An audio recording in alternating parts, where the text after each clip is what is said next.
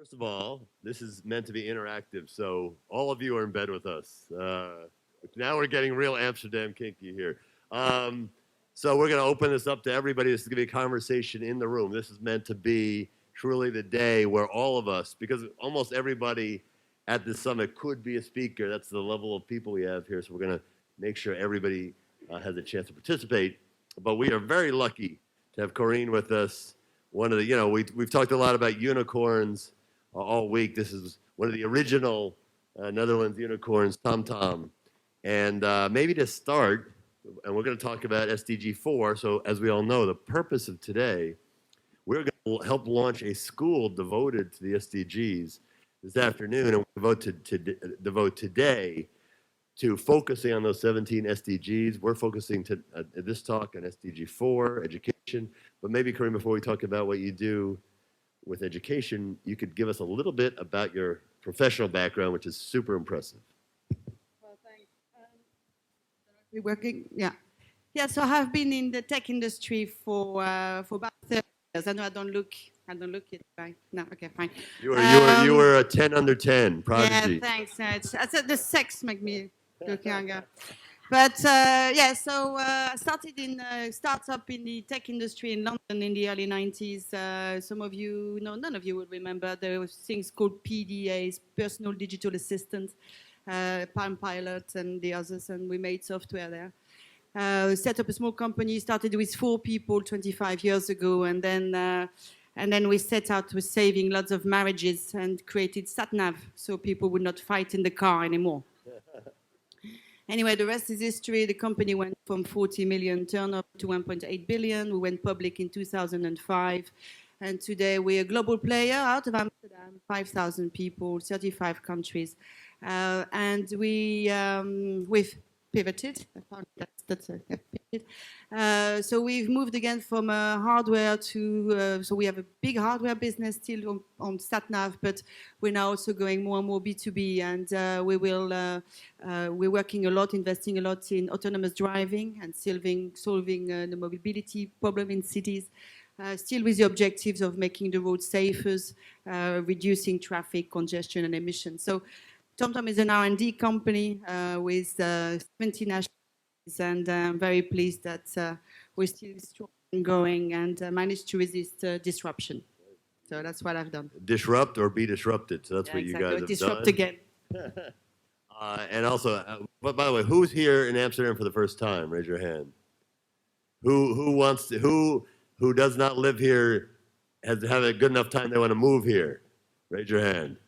TomTom is hiring, so yeah. Great place. Yeah. Now we've hired 120 people just last month, and we're recruiting software engineers, boys and girls. We are creating a big R&D lab on AI, and we're working. So anybody who wants to come and work for us is welcome. Okay, there's the plug. The purpose of this is we have so many great entrepreneurs. How do we take that knowledge, the success, the skill set, and pivot it towards building a sustainable world that we could all live in for 50, 100 plus years? That's what you're doing. So tell us how you've taken kind of all the entrepreneurial smarts and knowledge you have, and what you're doing is now SDG 4 is, can we make education available and equitable and lifelong around the world? So tell us about CODAM and what it is and how it came about. So as an entrepreneur, what I do is when I see a problem, I try to fix it if I think I can fix it. And something with education that, first of all, running a tech company for many years, I realized there's a massive shortage. I'm also very aware about the speed at which knowledge is going in the tech industry, and I feel that the way we teach tech is probably not anymore in the classic sense. On the other side, when I created a foundation 10 years ago when we went public, which was aimed at equal opportunities and social mobility, and realized as well that there was a lot of kids who were not maximizing their potential. So put two together, I come across École 42 in Paris, which was something that put the two together. So once you could get into that school, that's Xavier Niel, that's right? Xavier Niel initiative. So it's a school where you can get it without any qualification. There's a selection at the entrance, but no qualification, not for profit, and that teaches really in the modern way, peer-to-peer learning. So as you can imagine with tech, we don't have really time to teach the teachers who teach the kids. What you want is the teachers are there to facilitate, but you want a curriculum where you can feed the new, latest and greatest directly online, but in an organized way. So it's a gamified curriculum from 0 to 21, where at the beginning you learn the basics, and then as you go, you get more and more knowledge. So at the end, you have AI modules and Unix and the server and malicious software, the whole shebang. Anyway, so it's peer-to-peer learning. It's a 3-year course. After 6 months, you get an internship, and after it's a 3, and the last at the end you also get an internship. And it's full time or part time? It's a full time, and it's full time. So we realized 3 years full time. Yes, 3 years full time in the campus. So free, free, and also free of tuition, but also for those students who come from the most deprived background, we will also find ways of getting allocations for housing. And really don't want money to be any object of making it. It should not be the reason you study. Everybody that should be studying should be available to everyone. The other thing I'm very keen on is women. I'm a woman in technology. I can see that there is not enough of us. The whole world is going digital. We cannot let the guys write the world of tomorrow. Okay, so that would be terrible. So we also made a big effort in the school to make it very women friendly. We have really encouraging women to come and join. In Europe, it is more difficult. We have less women software engineers than in the US or in Asia. So I really want to try to explain the amazing job you can get when you have that digital skills and make it really, really women friendly. I'm happy I've got 30% of women in my first cohort starting next week, 24th of September. The first selection months will open in our school on the Marine Terrain in the center of just to Scheepvaart Museum, Maritime Museum, and I have 30% of women. So great. And so how many students and how do you get in? So we have today, we have a 240 workstation. The school is open day and night 7 days a week. So when we have full capacity, we'll have between 600 and 700 students. I think that's worth emphasizing, that this is not that they're going to class and they're all coming and sitting in classrooms.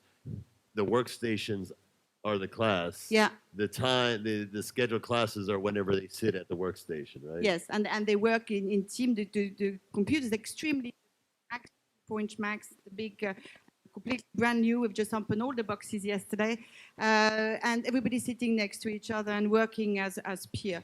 What's also important, and you mentioned that briefly, is we need to keep learning. And the world, 80% of the jobs that will be available in 5 years' time probably do not exist today. It's important to get the confidence, keep learning, and in the school, that's also something that will be very high on the agenda. So how do you get in? There's a text online, 2-hour test, what I call the giggle test, just to make sure you kind of... You know how to use Google. You know how to use a little bit. Actually, it's puzzle test, so it's you don't need to enter the school, you don't need to have ever touched a computer before. And then we will, for people who pass the test, we will test them in the school for 1 month. Why do we do that? Because we want to make sure that the students that embark on this adventure are going to like it, are made for it, and within a month you don't know within a day, you don't know with an exam, but you know if you spend a month with 100 people, whether it's something you're prepared to do for 3 years or not. And for us as well, because the tuition is free, you're taking a valuable place for someone. We want to make sure you're serious about it and you can cope. So that's the reason we do it this way. What percentage of the people who, I guess they are on this 1 month trial, what percentage then go for the... About 30%. 30%, all right, okay. Let's talk about what's really interesting about this, because you talked about Karen de 42, which now I believe we just did big story on Neil. He was talking about opening in Silicon Valley now in California. So we see some growth, and that's why you're here, because this is not just a one shot. The idea is, can this model scale? So based on your experience, and then maybe we can start talking about it in the room, how do we take what you've learned, and especially with people from probably have 25 countries represented here, just in this room, how do we take what you've learned and scale it so that, we go from 240, 300, 500, 600 to 60,000, 600,000 students? Well, the good news already is that what 42 has proven is that it works very well. And that's the reason why I'm licensing the curriculum, and some of the 42 staff actually working with me here. There are 14 schools today using that curriculum over the world. There is one that just opened in Moscow, in Morocco, in Belgium. The next one opened in Finland. There's in Ukraine, Romania. So there's a few schools, 14 in total. And what we it's like the Ivy League of coding, free coding schools. So the original 14. Best coding school in the world. Exactly. Just create a movement. And the aim for me, to be honest, is to be able to show education in general. This is a highly scalable model, okay? Because I can run a school like this for 600 students, tip-top education, soft skill and hard skill with a staff of 10, with always working on a curriculum. So you can imagine that even for the education system as a whole, we could scale it as best practice, then train those digital skills at minimal cost, if you want. And I think that's, for me, the end game is to show that that as a private initiative, we can show government that that's actually the way forward. And part of, and maybe we can delve into this a little bit, part of what's interesting is that two things. One, maybe you could talk about how you gamify education. You're turning a lot of this into gaming, and also how it's iterative, how it updates in real time, and that you don't have the same curriculum from 2 years ago that's a set curriculum. Maybe you could talk about how that plays into your philosophy. Yeah, I think I have a head of study, and we're going to be looking and working also with university. I was talking to all leraar in Amsterdam yesterday on artificial intelligence. How can we work together, making sure we've got the right modules, the latest projects. So the key is to work with the head of studies, being a finger on the pulse of what is required, and keep populating the curriculum. So it's relevant for industry as well. The idea is you deliver those students and they have a lot of choice. They can become entrepreneurs, they can work for tech companies, but they can also work in defense or for banks, so that they really have the key to a future they can decide and have fun doing it. Coding is about solving problems. It's about creativity. It's not being behind computers with hands and keyboards the whole time. It gives you the tool to really solve real problems, and that's what we want to show and do. So let's take it to the room, and what we're asking everyone to do is help us ideate how we take what is an idea that has proven concept. Obviously it can be better, and that's why we're here, to see how can we improve, how can we scale, or how can we add to it, or ask questions in general. So let's kick it off. If you talk, you do not have to come into bed with us, so don't worry about that. Yeah, just a question that you say that it will change things. I'm Jasper Cole, and I'm an entrepreneur in Amsterdam. I live in Amsterdam, and I'm working on an energy concept, creating self-sufficient houses. I can talk hours about it, but the question is, you mentioned you work for a company with 5,000 people. Within this kind of jobs, see you already the first signals that they are changing the jobs that you say, I can apply them to the college? Do you mean for people within TomTom? So how do we? I'm not sure I completely understand. You say we can't expect, the will change, so we don't know the jobs within 5 years. Yeah.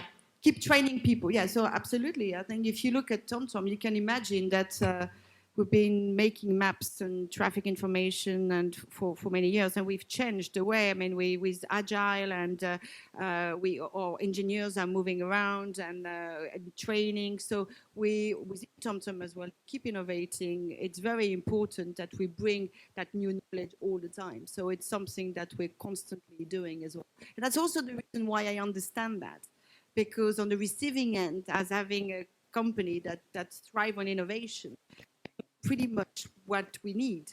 And that's the reason why I felt quite passionate about setting up something like Codam, plus the equal opportunity aspect of it.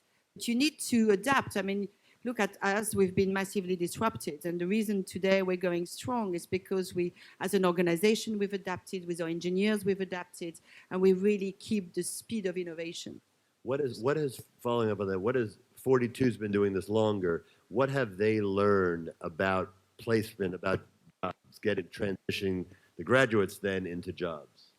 Well, 42 is in a very luxury position because they've got huge waiting lists in number of students, and every student that gets out got companies queuing outside the door.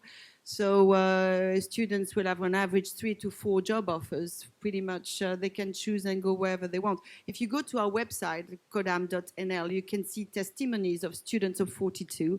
One girl studied Les Beaux-Arts in France, which is an art school.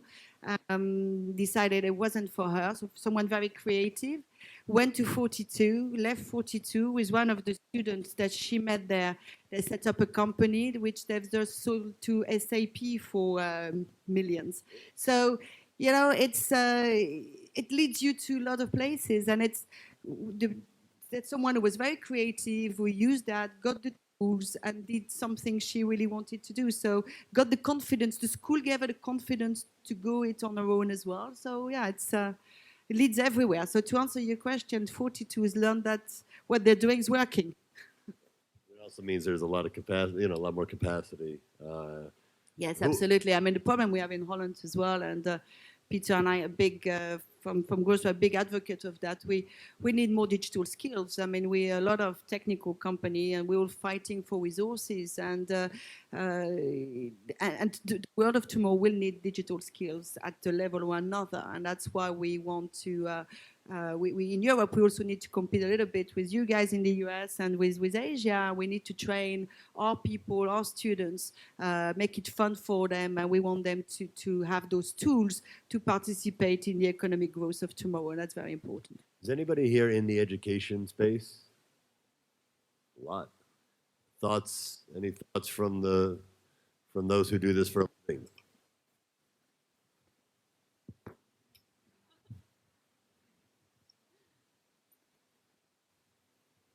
Yeah. What you describe is that there is also a change that qualification doesn't matter that much anymore as you train people on the job and during their lifetime career. Is that correct? Yeah, I think that's correct. I think the traditional way of working with going through the milestone is changing. And the school doesn't ask for any qualification to get in. It doesn't give you any qualification getting out. It's what you know, what you've learned. So I do think there is a shift, slowly. And I think it's about learning and what you learn that's important, and how you're going to use that more than the qualification in itself. I think one thing that we were talking about earlier is very interesting, and correct me if I'm wrong, but there's no degree. No. It's just, I went to the school and I passed this level, and that's your degree. It's the credibility of the school, right? Yeah, like absolutely. Yeah. And that's kind of revolutionary, that idea that we're going to do away with bachelor's, master's, doctorates, and just say, okay, here's where I've gone, and here's what I've completed, and that's my qualification. Yeah, I think maybe not applying for everything, but I think we need to do things differently. I think, I mean, we all know the famous Ken Robinson TED talk about the fact that education is the last thing that's not been disrupted. And I think education needs to be done in a different way, and this is the one way of it is one avenue. What we're doing as an entrepreneur is exploring this avenue. I really love what Xavier's done in France. I think we can do something very good in Holland as well. And we're learning as we go, and just want to show that things can be done differently than the status quo. Diego.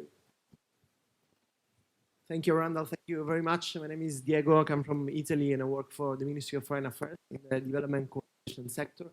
I was wondering, of course, speaking about SDGs, a really meeting point between the public sector and the private sectors in order to them. And I feel like education, especially, you were mentioning it has to be free education, quality education. So my question is, how do you relate to the public sector in what you're doing in the field of education? That sounds really empowering, really important. What's your relation, and what do you think the public sector should do in order to, be up to the times we're living in? Yeah. So first of all, as you know, if it's very difficult to reform education. It takes a long time.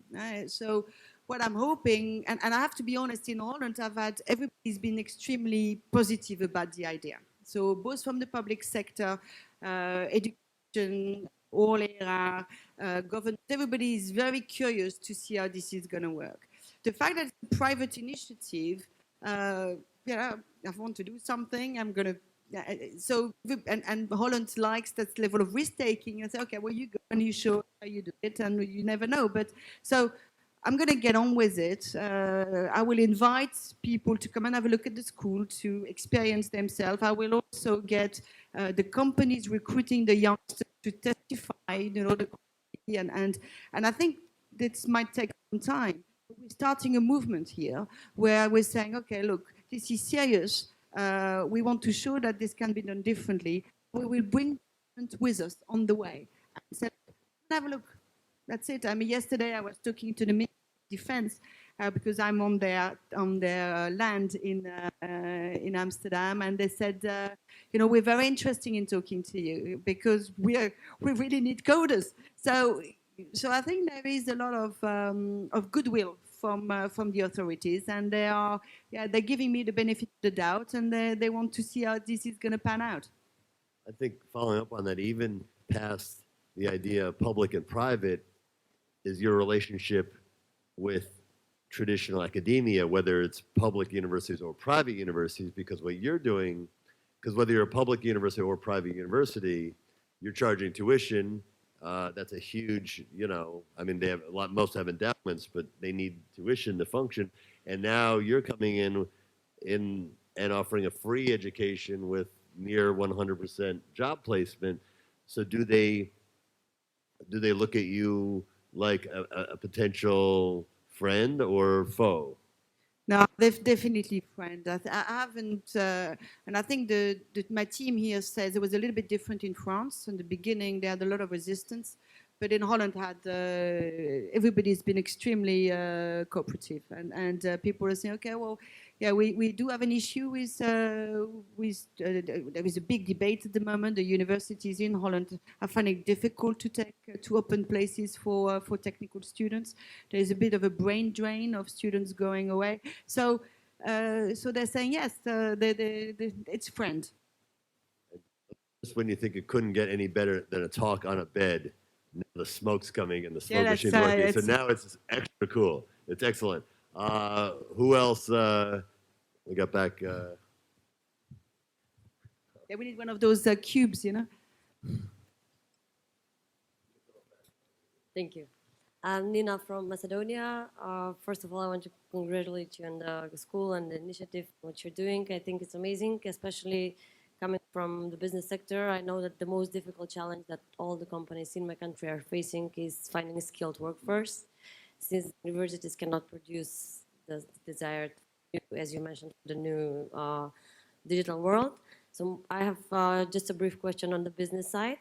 First, what do you have age restrictions? Like the students have to be graduated from high school, or they can come at any age? And then the second question is, because the school is of course free, how do you have a particular business model? Like are you funding the curricula?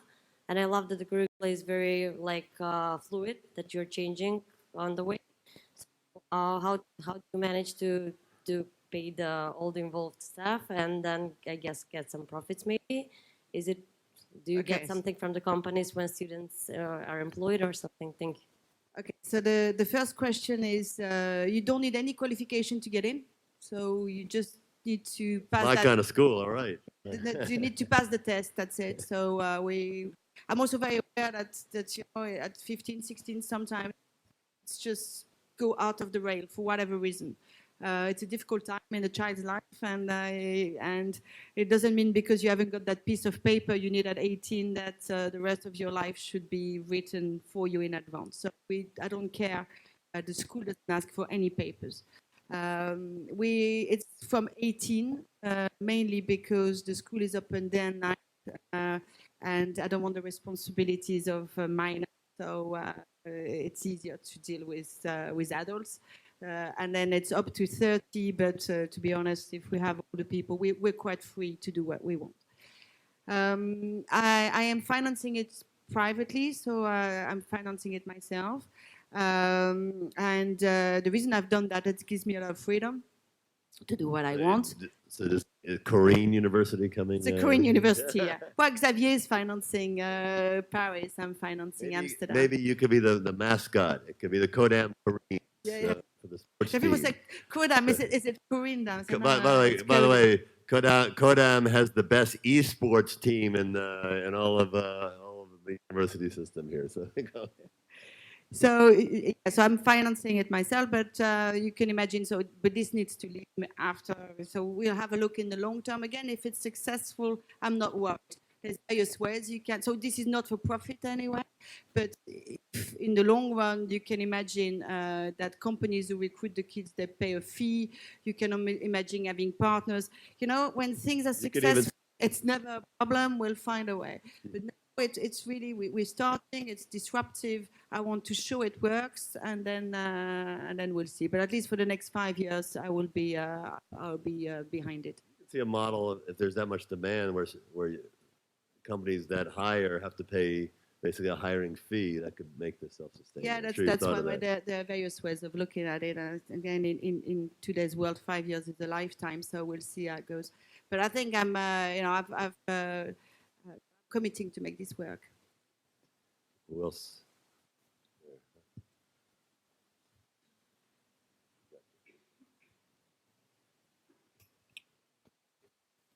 Hi, my name is Zsombor Szabó. I'm from Hungary, and I work for a company called Aromalux. We produce an invention in the field of aromatherapy and wellness. But at the same time, I'm a student, and I've always missed something in secondary school and in the university as well, which was let's say a one-on-one coaching on a weekly basis, once a day for 1 hour in the field of career. Because I always, learned theoretical stuff, but I didn't really know what to do with that. And probably it's just a recommendation. It's just up in my mind, something that I missed. If it's budget-wise possible, I really recommend to give it to the students, a one-on-one coaching in career. So we'll do it slightly different. In the school, we have a big amphitheater, and we'll have a lot of people coming to talk. And I think that the problem as a career coach is hearing, someone needs to understand from someone else about jobs. What I want is to bring people from business and academia and doctors and lawyers and musicians to the school and tell their story. So we'll have 2 or 3 speakers per week. It's quite a lot. We will streamline the videos on our website, and they will be recorded. But what I want is actually people to come and explain the job they're doing, so the students have got industry coming to them, and they can ask questions. And I find that first of all a good way of understanding the type of jobs out there.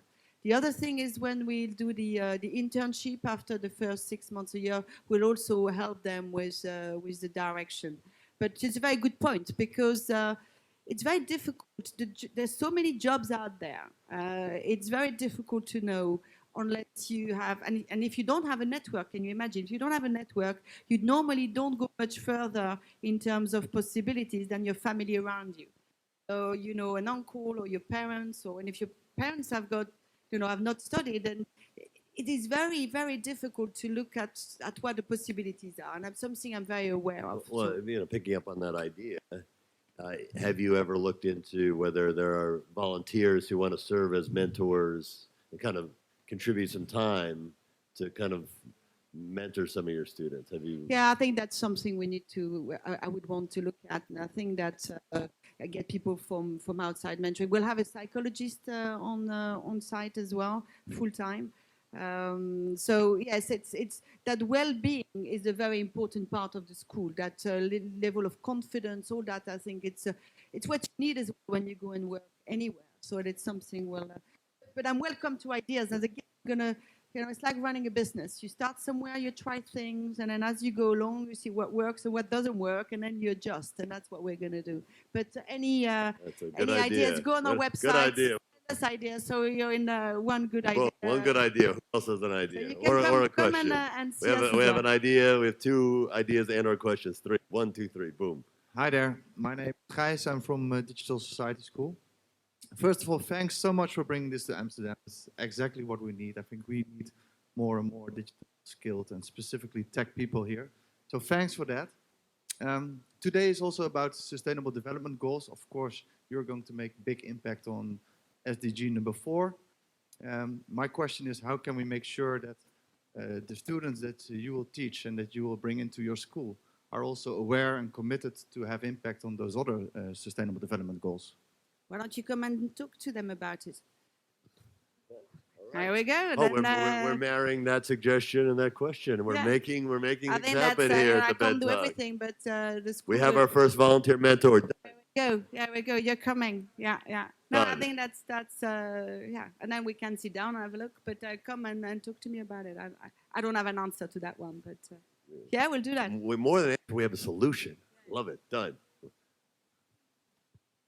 Hello, so Ariana from Macedonia, and I also have a hub. Actually, it's an informal education, kind of very similar to yours, except we are for profit. However, because the programs are very similar, I wanted to ask something. You mentioned that the people are going to find jobs after that. Now, are you training the students specifically for a certain job, or you're just developing skills? Because if you're developing skills, then they're not going to have a problem to find a job. Or it's just like custom-based programs that just, for example, for a certain company. No, it's pure skills. So they can choose as well. The curriculum is very big.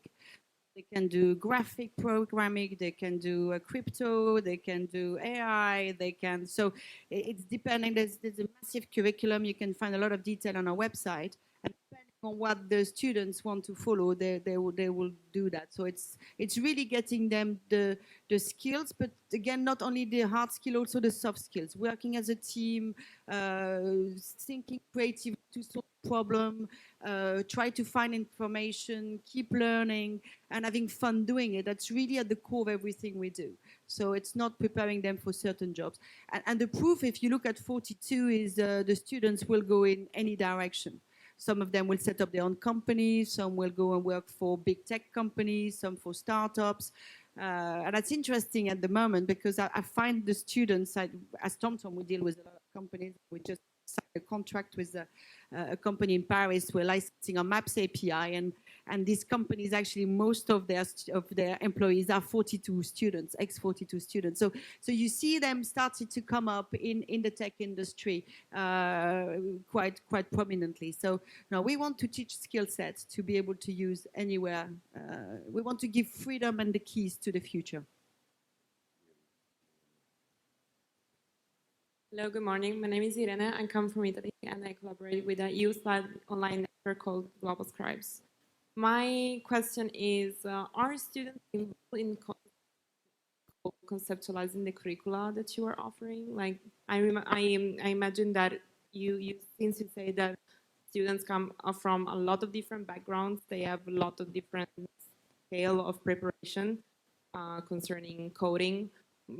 Perhaps some of them, they already code, they already had experience in coding. So is provided by you any sort of collaboration with students in designing and broadening the scope of the curricula?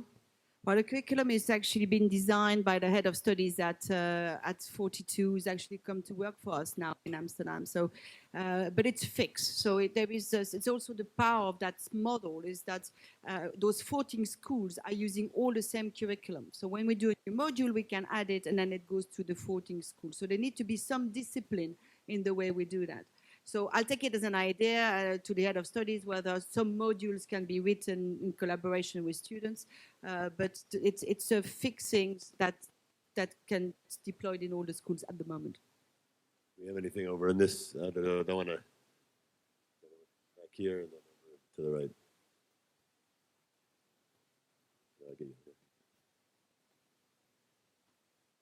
Hello. I'm Prakti and design researcher mainly, but I'm also representing Digital Society School. So my question is particularly because we're talking about innovation today and how the students at school are going to be working for big startups and tech industries and for tomorrow. So I want to understand how, and I imagine you have considered this, as to how have you created a way in the curriculum, or how in the curriculum have you figured out a way for these students to have a say in the ethical conversations of tomorrow and have a say and empower them to be able to say, well, this is not right and this is right, and be involved in that debate? Yeah, so I don't have an answer, but the curriculum is about programming language, and so I'm not sure where the ethics. I mean, if they use an AI algorithm, then maybe you need to have a look at the ethical side of things, and that's something we'll talk about. But I'm not sure how that would work in the curriculum. I'm not sure I fully understand. Presumably, there is a mechanism as they go through the program to give you feedback also on. I mean, it's the kind of thing that where the students, presumably, if they feel it's iterative, so if the students feel like there's an area that needs addressing, they'll tell you. Yeah. The head of studies is there all the time in the school, so there will be there's always interaction between the staff. So if there is something, there will be a mechanism to. But I think this curriculum has been used now for 7 years, 5 years in France, and I'm not sure there's been some issue. There's been other issues, but not specifically on the curriculum. But we will make sure that it's ethically correct. That anyway is important. Is that your question? I'm not sure I fully understand it. Yeah, partly. Yeah, it's partly my question, but it's because we are essentially creating employees of tomorrow who will be working with innovation, and innovation is rapidly moving. Yeah, we're creating people of skill sets that's just more than doing the job itself. Yeah, we absolutely. need to have a say in how this is going to be used tomorrow and how this is impacting the larger society, rather than just becoming like robots of. Yeah, but so that's there's two things. There's the moral compass that you will teach to students in terms of the way the ethic of the school is going to work. Now you need to imagine this school is full of is completely new computer. So you expect your student to respect what they do. There will be men and women. There is respect for each other. So you expect to be some sort of moral compass. Now what they do in the companies they're going to work for after that, it's every company has got an ethical way of using innovation and technology. That's a much bigger question. What I'm hoping is that I don't want to compare it to the way I'm raising my kids, but that the people come out of this school with being able to be prepared for the world of tomorrow and be ethically prepared for it. But I don't know how much more influence we can have than that. All right, we got 2 minutes. We got in the U.S. we call it the lightning round. Yes. 10-second question. Go there, and Jasper has one. Great. My name's Jörg, also from the Digital Society School, and it sounds really awesome, the school that you're setting up, or have set up. And I'm wondering, since it's free and it's around 600 students on a staff of 10, and there's no diploma, what is your experience with the student commitment to the program? But if they're not committed, they can't stay. So let's face it. The piscine is the selection, so they work to go through the piscine and be selected. You need to work about 60 hours per week. So the experience that we have on all the other schools around the world that are using this curriculum is you get extremely high level of commitment. You wouldn't have anybody that would work that hard. You can't do it otherwise. There's no point coming to a school and doing nothing. That's the whole purpose about this school is that if you go, that's because you want to go to be there. And if you don't, we'll have a conversation. Or if we see that it's taking you a very long time to go through the milestone, we'll say, hey, mates, maybe that's not for you. Well, there's So, also, while it's free, there's also an opportunity cost, which is if you're at the school doing 60 hours a week, you're not working or doing anything else. So even though it's free, you are paying something, which is it's money you're not making, working, or doing something else. No, but we'll have, I mean, again, to be honest, it's very rare. So most of the kids who are there really work hard. And those who don't, they tapped on the shoulder at some point and say, well, maybe it's time to move on. And, Okay, lightning round. We're out of time, but they've our friend with the beard has been raising his hand for a long time. Hello, I'm Javier, and as a software engineering student, I feel that now the actual trend is that public universities ask higher and higher marks in order to enter, and actually software engineering or computer science and all the skills need higher and higher marks. But I feel like in my experience, the brightest people are not the ones who are getting the highest marks. I absolutely agree with that. And the thing is I have the feeling that public universities are missing opportunities of getting really smart people. So how do you think we could change that? Or maybe with your same approach, that could be done on a public level? Yeah, that's exactly what I want to show, is that actually it's not, and especially computer science, I mean, you don't need to, it's a fallacy to think you need to be super good at math and physics to be a good computer scientist. Actually, you need to be creative, you need to be able to have a bit of lateral thinking. You need a lot more than a normal classical reasoning. So yeah, it's something that I'm hoping I can prove, and that's what I was saying to the other gentleman, is that I want to bring the education minister or representative or the public service with me and say, look, that's what we're doing, that's how we're doing it. It's kind of working. Why don't you try it out? Thank you. We're out of time. Corinne, will you hang around for a little bit if people have more questions? Yeah, hang around. Okay, we'll go to that bed over there. So we'll have the side bed, but we have a really cool talk coming on this stage about food waste. So we were going to move off this. So I can take the socks off? We're going to take the socks, keep the socks, and thank you for helping us prove that you can have fun in bed with your clothes on. Corinne from Codan, thank you very much. Thank you, Randall. Very nice. Thank you.